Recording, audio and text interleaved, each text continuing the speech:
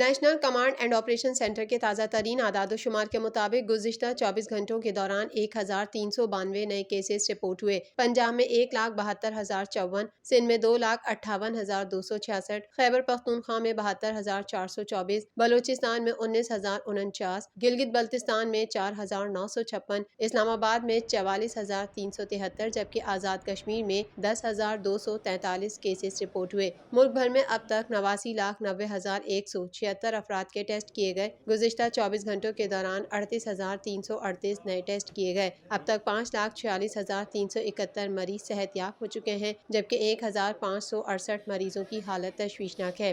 پاکستان میں کرونا سے ایک دن میں 36 افراد جاں بحق ہوئے، جس کے بعد وائرس سے مرنے والوں کی تعداد 12,896 ہو گئی۔ پنجاب میں 5,363، سندھ میں 4,350، خیبر پختونخوا میں 2,079، اسلام آباد میں 501، بلوچستان میں 200، گلگت بلتستان میں 102 اور آزاد کشمیر میں 301 مریض جان سے ہاتھ دھو بیٹھے۔